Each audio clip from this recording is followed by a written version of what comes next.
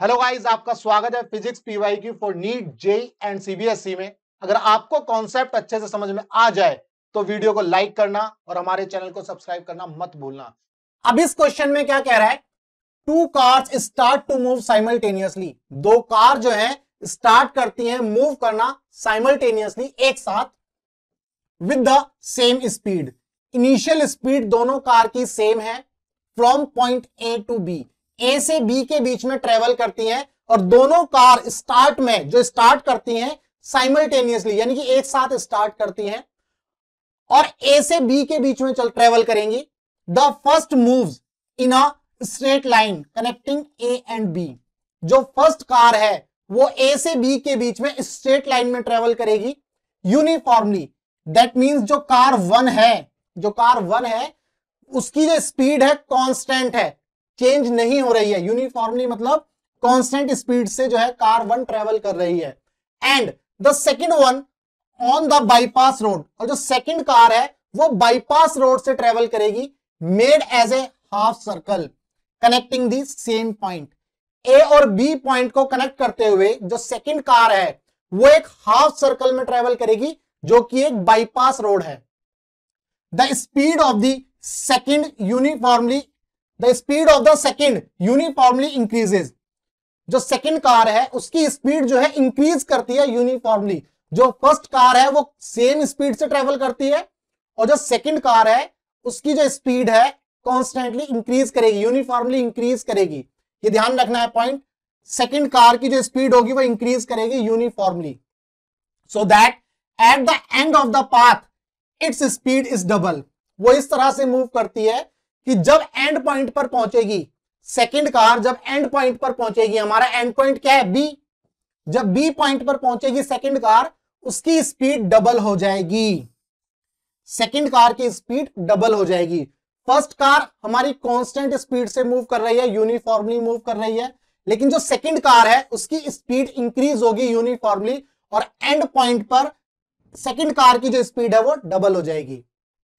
Which car will arrive earlier at the point B? दोनों में से कौन सी कार जो है बी पॉइंट पर सबसे पहले पहुंचेगी? इस क्वेश्चन में हमें यह बताना है कि जो दोनों में से कौन सी कार जो है बी पॉइंट पर पहले पहुंचेगी। सिचुएशन को समझ लेते हैं एक बार फिर से। मान लेते हैं ये हमारा पॉइंट ए है और यहां पर ये पॉइंट बी है। जो कार वन है, कार वन हमारी इसी तरह से ट्रेवल करती है ए से बी। ये कार वन C1 लिख लेते हैं हम इसको।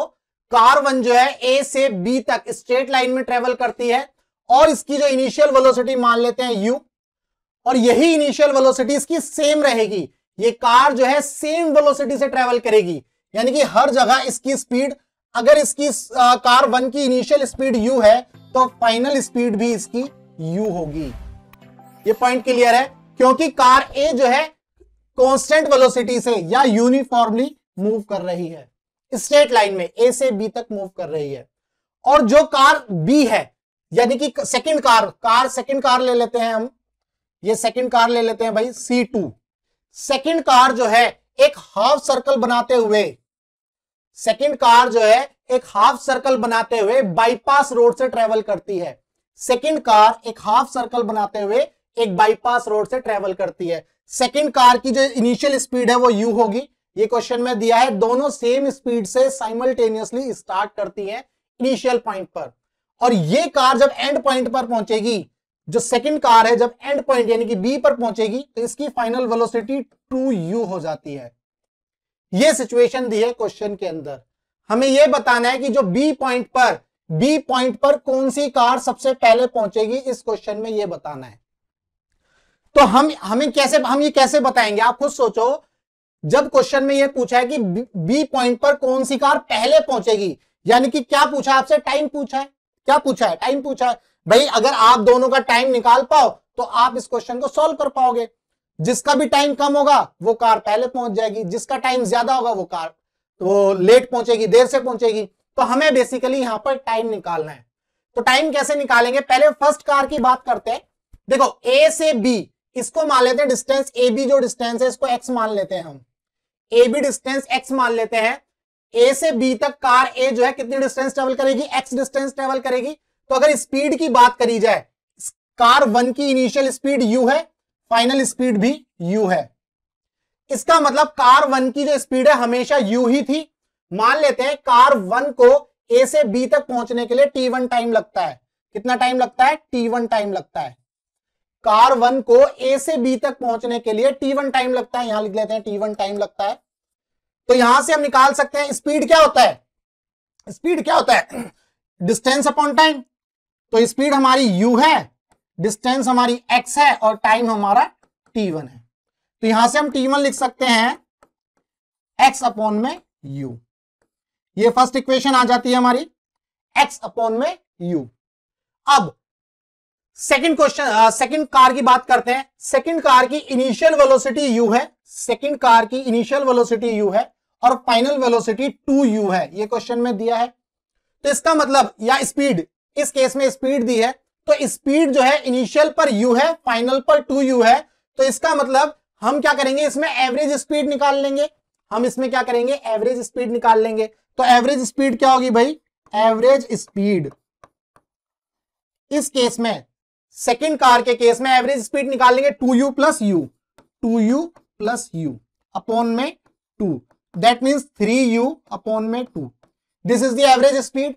और एवरेज स्पीड ये आ गई हमारी 3u अपॉन में 2। एवरेज स्पीड हमारी एक फॉर्मूला और होता है, डिस्टेंस अपॉन में टाइम। टोटल डिस्टेंस a से b तक, टोटल डिस्टेंस ये ट्रेवल किया है कार b ने, जो सेकंड कार है उसने ये ट्रेवल किया है a से b, एक हाफ सर्कल में ट्रेवल किया है। तो इसका मतलब ये कितना हो गया? पाई आर।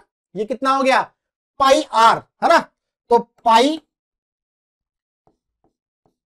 इंटू आर, रेडियस क्या होगी? x अपॉन में 2। x जो है डायमीटर है पूरा इस सर्कल का, इस हाफ सर्कल का, ये x जो है डायमीटर है। तो पाई x बाई 2 लिख सकते हैं। पाई x 2 पाई आर होता है ना, तो 2 ये तो r हो गया और ये आ गया पाई आर, ठीक है, पाई x बाई 2।